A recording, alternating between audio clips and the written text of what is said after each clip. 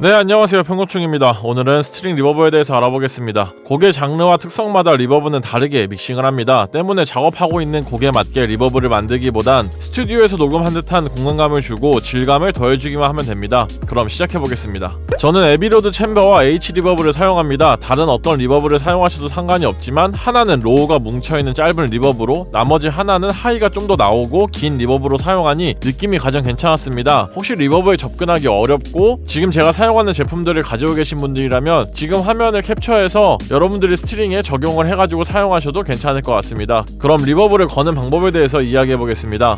먼저 그룹 트랙을 하나 생성해줍니다. 그 다음 FX 트랙을 2개 생성해줍니다. 그룹 트랙에 센즈로 들어가 FX 트랙으로 하나하나씩 보내준 뒤 켜주고 프리페이더로 바꿔줍니다. 이렇게 하고 그룹 트랙의 볼륨 페이더를 내려버리면 FX1이나 FX2에서 나오는 순수한 리버브의 소리만 들어볼 수 있습니다. 리버브만 솔로로 들어보는 건 소리를 만들 때 그리 좋은 방법은 아니지만 리버브마다의 질감을 모르시는 분들에겐 처음에 좋은 접근 방법이 될 수 있습니다. 그룹 트랙의 이름도 스트링 서밍으로 바꿔주고 FX 트랙의 이름도 각각 스트링 리버브로 바꿔줍니다.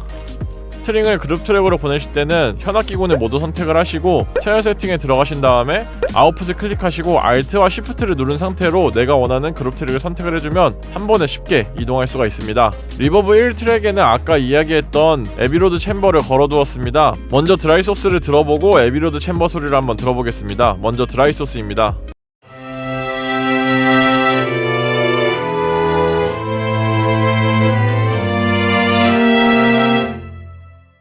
다음으로 에비로드 챔버에서만 나는 소리를 들어보겠습니다.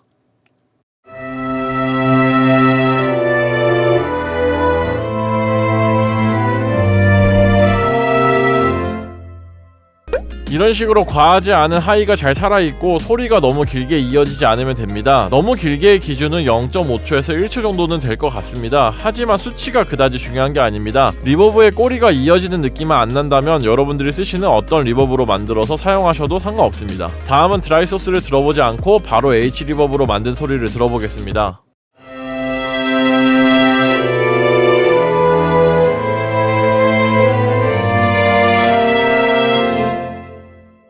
H 리버브는 알고리드믹 리버브로 특별히 프리셋을 사용하진 않았습니다. 기본적으로 가지고 있는 세팅 뒤에 EQ를 걸어 소리가 가운데서부터 퍼져나와 양옆으로 가는 느낌을 주기 위해서 해줬습니다. 모든 리버브로 저렇게 했을 때 느낌이 퍼져나가는 건 아닙니다. 꼭 소리로 들으시고 중음대를 잘 뭉쳐서 가상악기가 가지고 있는 특유의 허전한 로우 미드 부분을 채워주시면 됩니다. 마지막으로 이 리버브를 거는 양에 대한 기준인데요. 리버브가 많은 게 좋으신 분도 있고 적은 게 좋으신 분들도 있습니다. 그리고 원래 드라이 소스 레벨을 얼마나 사용했냐에 따라서 리버브의 양도 많이 달라지게 되는데요. 저도 항상 들으면서 판단을 하지만 리버브의 양은 마이너스 15 정도로 해줬을 때가 처음에 들었을 때 판단하기 좋은 사운드였습니다. 하지만 당연히 이 마이너스 15라는 수치가 중요한 게 아닙니다. 지금 저희가 리버브를 거는 목적 자체는 믹싱에 묻게 하기 위한 어떤 공간의 느낌을 주는 것이지 곡에 어울리는 디자인을 하는 것이 아니기 때문에 드라이 소스랑 비교했을 때 좀 더 스튜디오의 질감이 난다면 거기서 멈추시면 됩니다. 지금 예시로 만들어둔 것을 기준으로 리버브 2는 마이너스 17, 리버브 1은 마이너스 19 정도로 하니까 가장 듣기가 괜찮았습니다.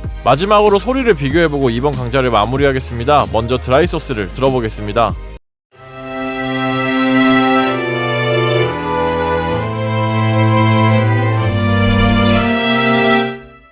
다음은 리버브를 건 소스입니다.